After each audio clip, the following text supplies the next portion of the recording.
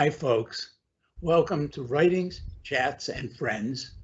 And I'm Ken Weene, and with me today, as always, my wonderful co-host, Monica Brinkman, and our very special guest today, an author slash journalist slash person who cares about the world in which we live, Todd Miller, whose latest book, which I have had the pleasure of reading, is called Build Bridges, Not Walls, A Journey to a World Without Borders.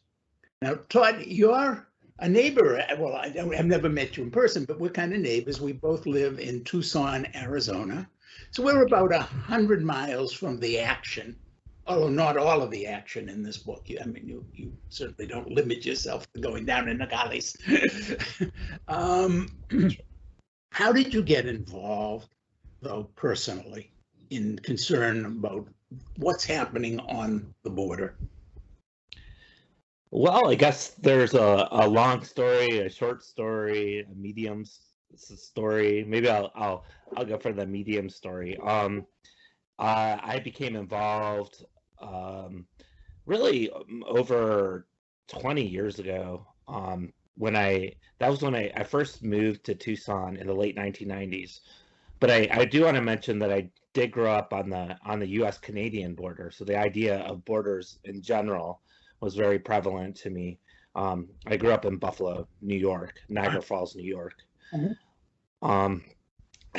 But I've been in Tucson, southern Arizona, the borderlands, living in Tucson or living in Mexico. I've gone back and forth.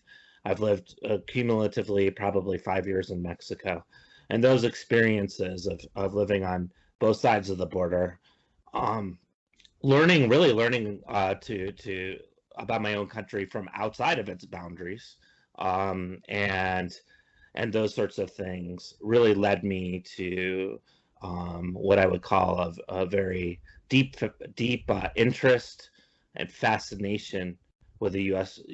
border and the borderlands.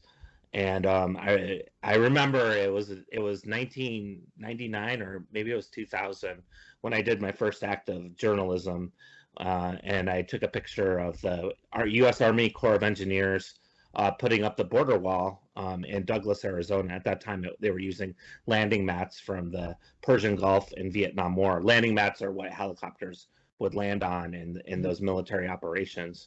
And from then on, I just started writing, small pieces here and there.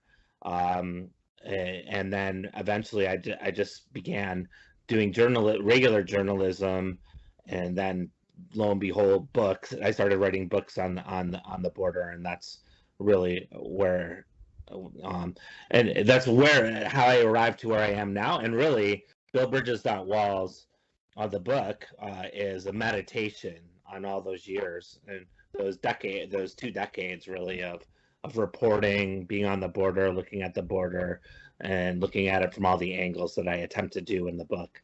Mm-hmm. You write about some really moving personal experiences in this book. One, by the way, folks, which I found particularly effective for me, takes place not here in Arizona, actually not even in the continental United States. You're over in Puerto Rico with your son in the car, and you realize that there's a Border Patrol vehicle, and you're following it. And of course, one of the things that's fascinating is, and I think we need to talk about is, because we have this preoccupation in this country with this wall, this ineffective and nonsensical and expensive wall, if you will, and destructive. But we really, most Americans don't realize that what we worry about as a border actually extends us in through the whole world. What are we, the Roman Empire or something? So would you talk a little about all of these Border Patrol people, not just in Puerto Rico, which is an island, so, we don't need a wall, right. But all of these other places that you realize that we are actively maintaining our border that makes no sense. Yeah, that's one of the one of the dynamics that I've looked into. It's in particularly the post 9/11 era. The United States has made it one of its strategic priorities to what they call extend the border, sometimes the term externalize the border, extend the zone of security. There's all kinds of terminology that officials use, and this would be Puerto Rico. Puerto Rico is one example of it. Puerto Rico is actually a U.S. territory, so there's actually a border patrol sector that encompasses Puerto Rico, but at the same time, it's 1,000 miles away from the U.S. mainland. So officials in Washington will call it the quote unquote third border. But also, along those lines, if you go to the Mexico-Guatemala border, and that particular border is very, I guess you could call it a hot spot. There has been tremendous amount of pressure on the part of the United States onto Mexico, also resource transfers, also trainings by U.S. Border Patrol agents of Mexican immigration and Mexican soldiers and Mexican police to then fortify its border with Guatemala. And right. Then when you hear about it, just to make sure our audience understand, we're not talking about the U.S.-Mexican border. We're talking about a border that's hundreds of miles south of that. Yes. Okay, the border between Mexico and Guatemala, and now all of a sudden the United States Border Patrol is actively involved in that border. Correct. Yes. And you can go to many borders across the world in the Western Hemisphere. I wrote a book previous to Build Bridges Not Walls called Empire of Borders, and I really did a deep dive into this, and I went to many different places, including outside of the Western Hemisphere, places like the Philippines, like Jordan, like Kenya, and I was following U.S. federal government money to those places that were involved in programs that were helping other countries build up their borders. Mm-hmm. Yeah, and of course, back not so long ago, before 9/11, a lot of those same places were places where the American resources were going to help people to come to the United States. And one of my very good friends is from South Sudan. And of course, he was in Kenya in the camp, and he eventually was able to come here as one of the lost boys of South Sudan. And in those days, the United States was beckoning to people, which brings up a very strange thing.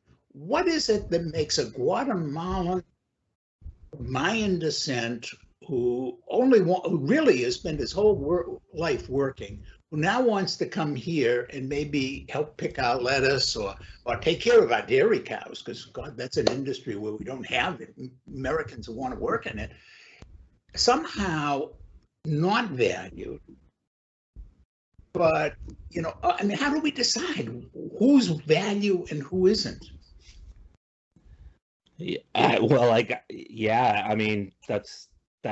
one of the critical and central questions of the border. The border itself is, in a way, just that question. The border, whether you're on this side of the border and you are accepted or rejected, included or excluded, is as kind of a filtering system, or you could even look at it another way, a caste. You could even begin to use different words like a caste system of who is accepted, who is not. If you are accepted, what work will you do in this country? What work will you not do?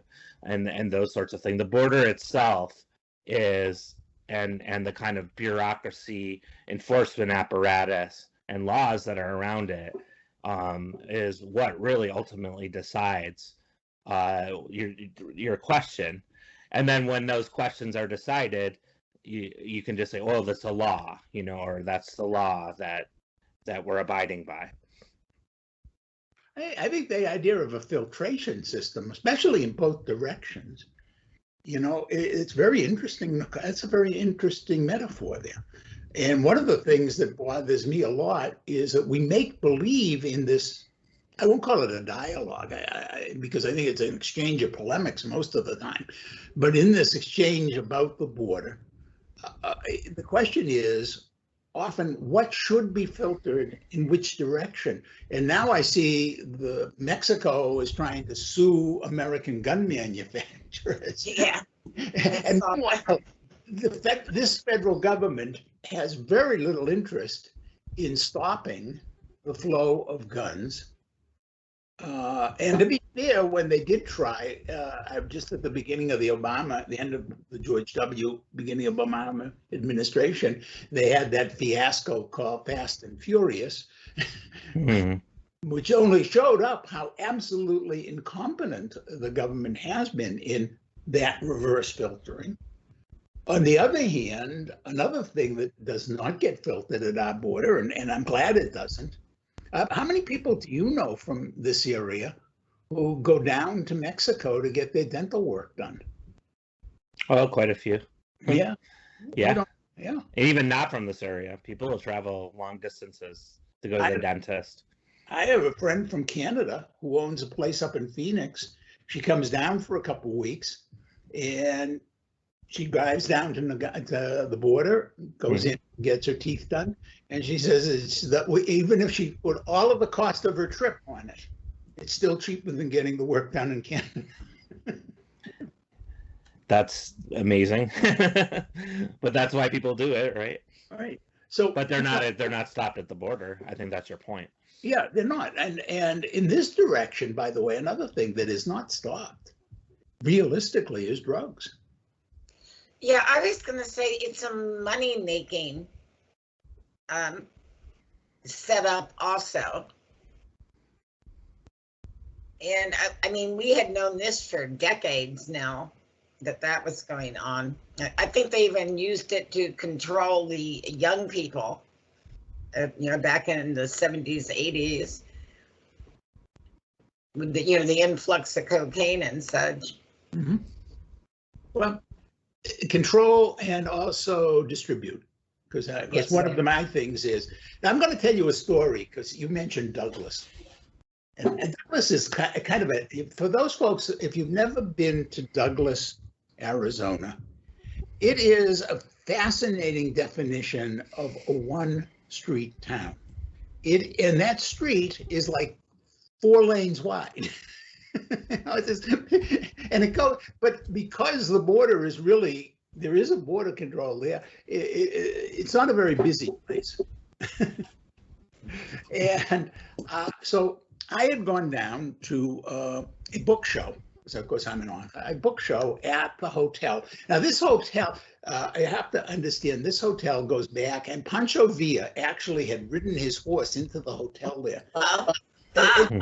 You must have been in you've been in Douglas. Did you see where the stair is clipped and chipped, and everybody points out that's where Pancho Villa's horse? I didn't know that story. It's also the only place in the mainland United States that has ever been bombed by the military, because when he was there, they sent up a biplane and they were dropping sticks of dynamite, I think it was. Oh, wow. But anyway, that gives you a sense of when and where Douglas was, folks. So I'm sitting in the coffee shop, and my friend, who is a transnational, if you will, says, Ken, I want you to meet this guy. And he introduces me to his friend. And I say to the friend, well, what do you do in Mexico? He's from Mexico. He says, I'm a drug runner. I said, what? I said, yeah. He says, yeah, I get drugs into the United States. Yeah, let me tell you a couple of things about the drug trade.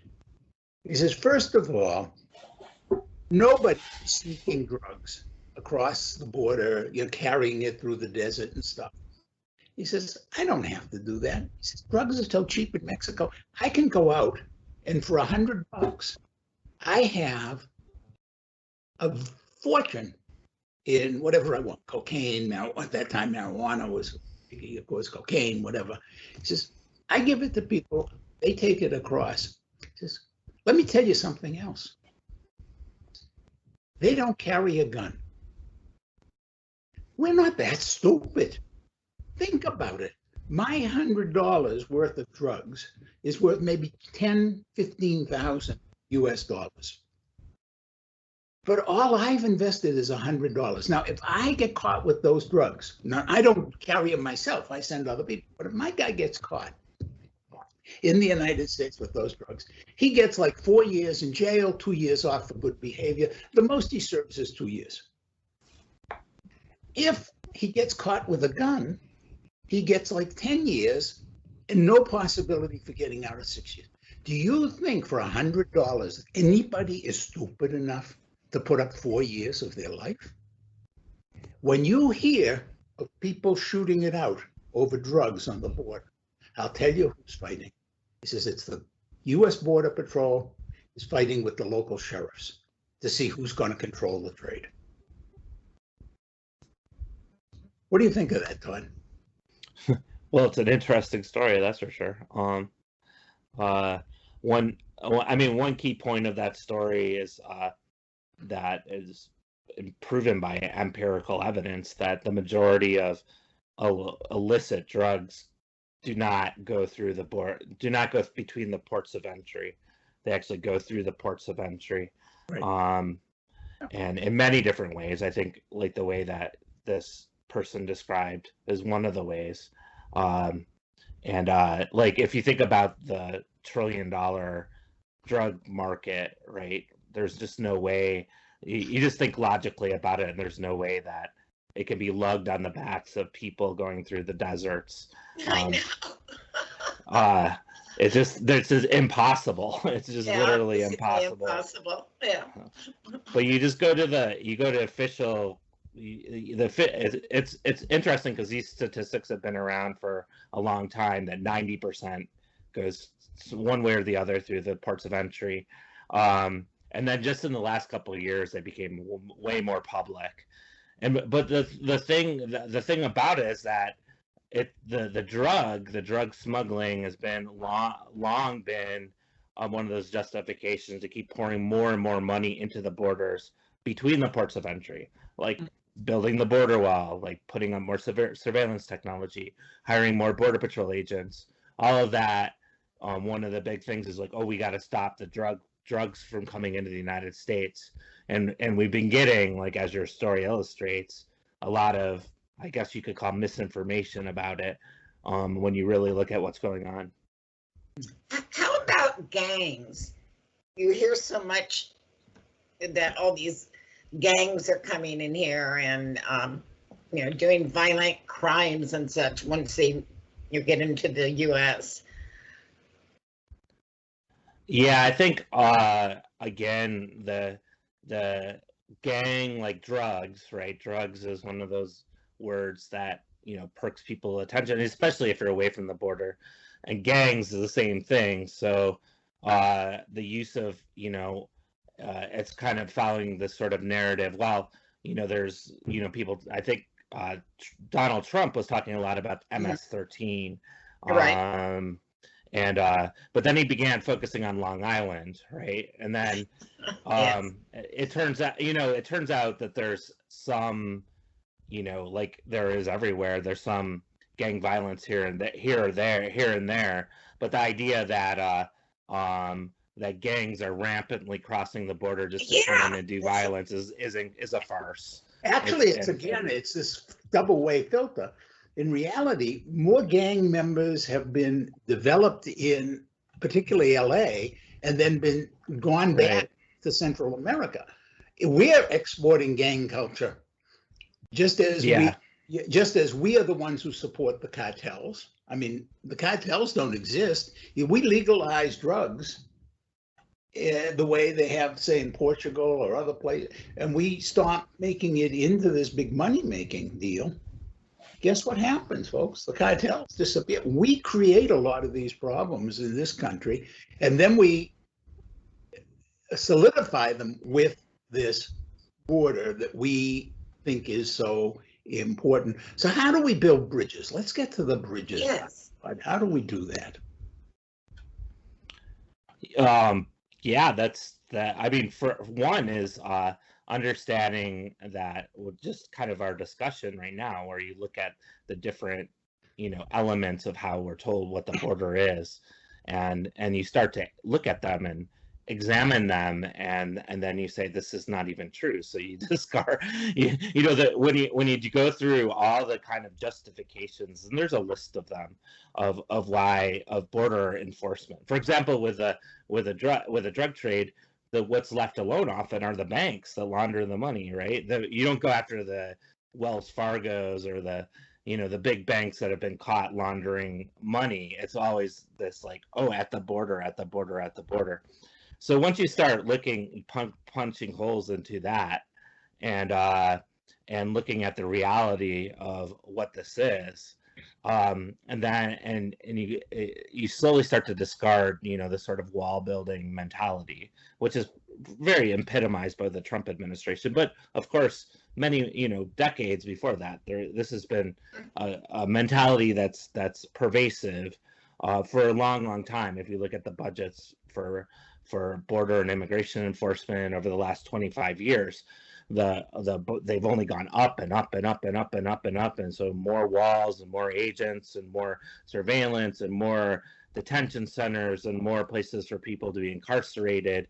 And but that's the thing. Once you start unpacking it and looking at things differently, and sometimes it's just getting a different frame, and then it becomes obvious, like, oh, the opposite of, there's this famous graffiti that was on the side of the border wall that I remember seeing, that a border wall turned to its side as a bridge, right? The border wall itself, if you go to Nogales, for example, just south of Tucson, you see like this 20-foot high bollard wall, bollard meaning it's barred, but border wall that ultimately divides people. It divides a place that actually people call it ambos Nogales, and this rings true for many places on the border.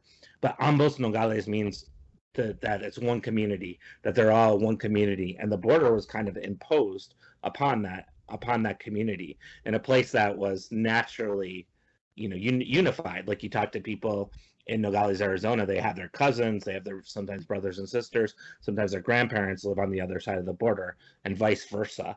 And it's so connected, even like the underground, like the sewage pipes are connected together, right? So this infrastructurally, it's connected. And so you see the wall as one example is a sort of imposition against people who are naturally unified.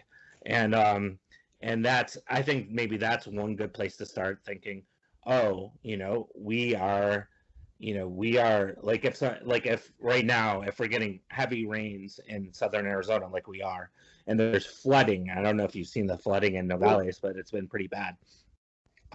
It's affecting both sides of the border. So not quite naturally, if you have, it's collective, but yet only people on the United States side can respond to it, or only people on the Mexican side can respond to it. So it makes a lot more sense for for people to be able to respond to common problems together. I just want to throw in one thing here, by the way. You mentioned the flooding that's been going on, and one of the effects of that wall is to make more problems with the flooding. Yes. It is actually becoming a cause of great environmental concern. And of course, the more bizarre part of it is that since it wasn't designed with any awareness of the environment, is that the same flooding that is being worsened by the wall is also in the process of tearing down the wall. So this wall that was intended to stand for I don't know how long is already beginning to go, because the water, if you've ever seen the Grand Canyon, which is also in this state, that water can do a lot. And people don't realize how powerful it is. I like to think of it as like Mother Nature, left alone, Mother Nature will just rip it apart, whatever. Yeah, I was thinking that. You were mentioning the Nogales community. I'm more actually, although I'm not personally connected in the Tohono O'odham community, I am indirectly because of my friendship with some of the Apache here in Arizona. And a few years back, I was invited to meet the Commandante, the head of the rebellion. I did not go. I did not feel at my age it was something I wanted to do. Perhaps when I was younger, I would have. But I said to my the person who invited me, who was an Apache, I said, but I don't have a passport. At this point, I've let my passport lapse because I'm not traveling anymore. And he said, passport? What do you need a passport for? And he said, well, across the border. And he said, no. He said, I'm a Native American. We do not use passports. He says, I go down to my brothers in the Tohono O'odham community, and they take me across to Mexico. And when I come back, I do the same. Well, that got me thinking, okay, but, wait a minute. What about the bad guys? What about the drugs? I mean, because I bought in a little bit that there were bad things out there. Fewer now. I believe it less now. But, so it's about, but Charles, what about these things? And he looked at me and he said, we are Native Americans. We do not allow those things. If somebody wants to bring bad things through our land, we stop them. We try to stop them. And then he said to me, and this, Monica, will resonate with you. He said, it is the American government that brings bad things on our land. Do you think that the Tohono O'odham or my Mayan brothers in Guatemala were the ones who brought the Agent Orange into my reservation?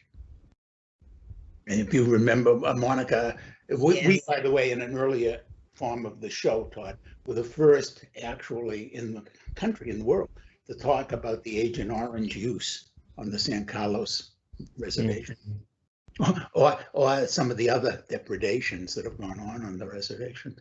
And I thought, what a powerful statement. The bridge is the fact that we are one.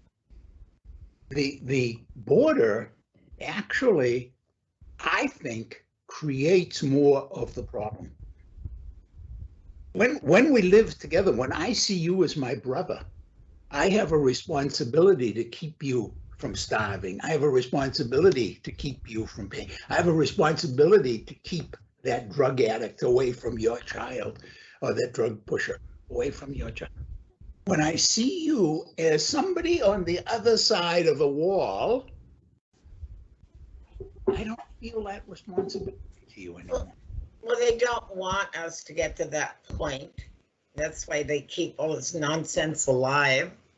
I'm so happy you wrote this book, though. I'm going to hold it up again, folks. I know it's hard to read, but it's called Build Bridges, Not Walls, Journey to a World Without Borders. It's our guest today, Todd Miller, and it is a wonderful book, not too long, very beautiful reading.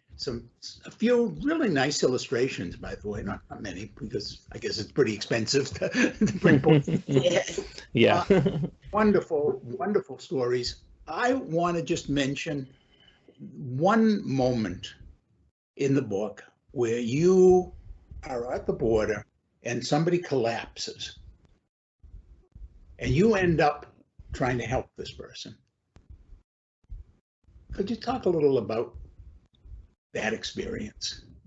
Sure. That experience is actually, it was a Border Patrol agent who I interviewed, who gave me the really in-depth depiction of what happened while he was in the field. So I wasn't there. I interviewed him really in depthly about this story.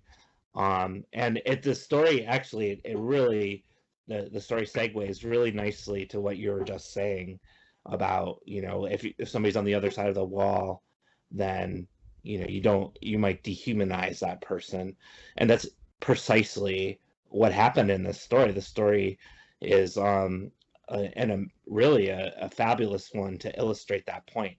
because a border patrol agent, he's a retired border patrol agent now. Of course, you're trained in that sort of way, right? Where you have to like look at people and look at the people as if they were on the other side of the wall. But what happened was that he got caught. There was a motion sensor that was tripped, and their motion sensors are implanted. There's about 12,000 of them in the U.S.-Mexico borderlands, where if somebody will step on it, a beeping sound will happen, and the dispatcher called him and said, "Up here, we just got a hit on the motion sensor." So he went up to the place, and it was high in the mountains near the town of Arivaca, and you could see this beautiful kind of mountain ranges everywhere. And he gets out of his vehicle. Long story short, I write more about it in the book. And a man comes out of the ravine, and he's waving his arms in distress.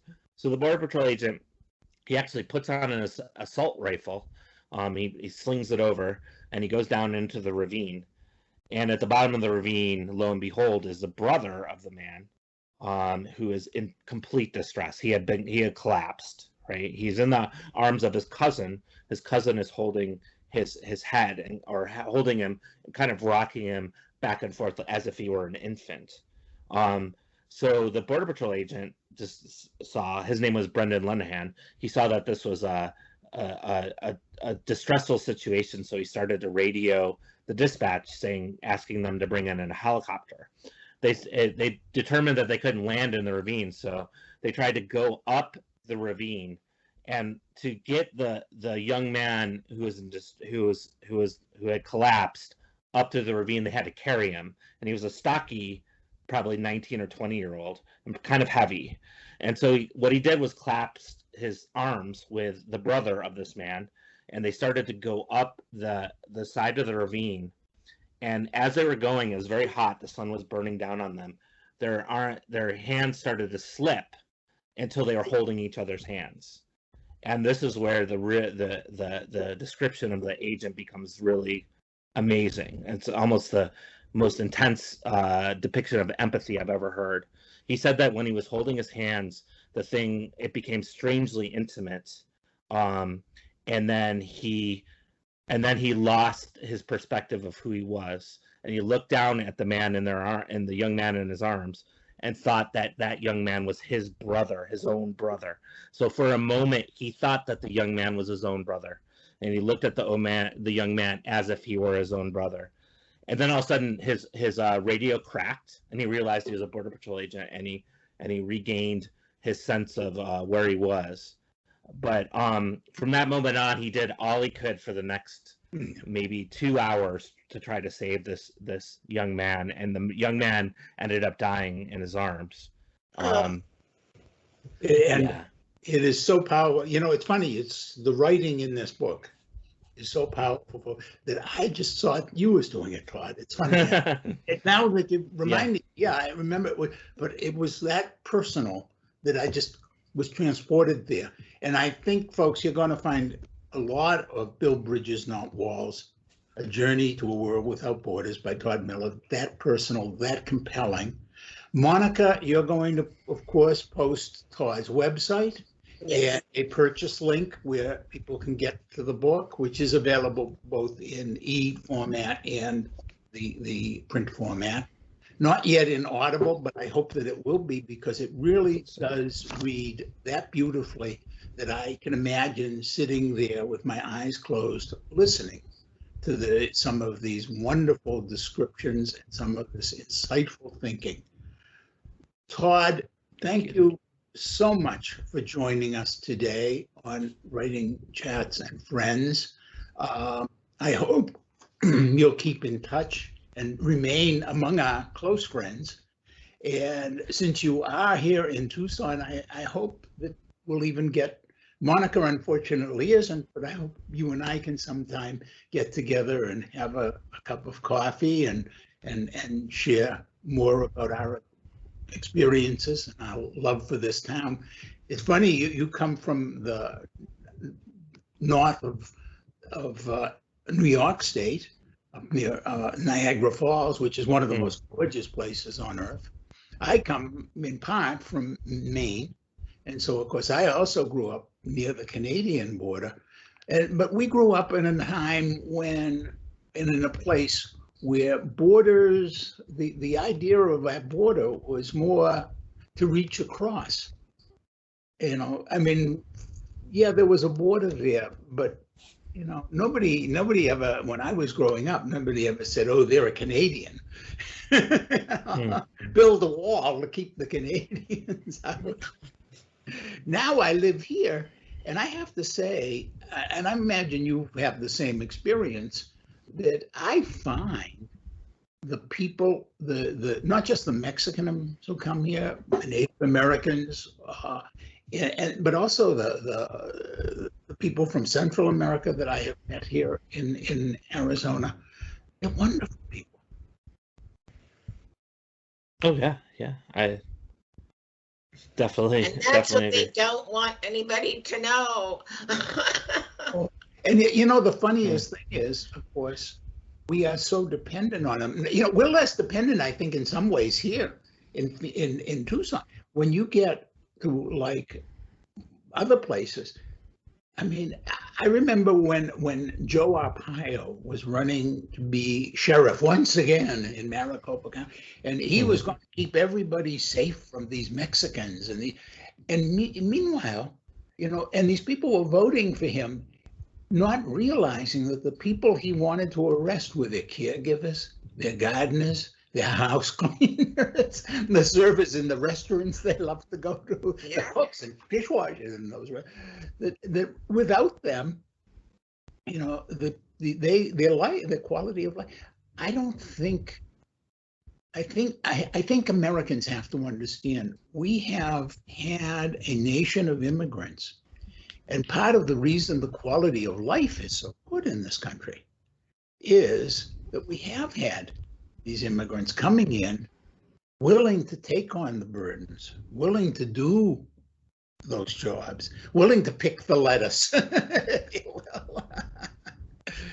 And so, Todd, I really, really appreciate that you're helping to open the dialogue a little bit. Now, all we have to do is get you as popular on Twitter and Facebook as Donald Trump was before they had the sense to ban him. That's right.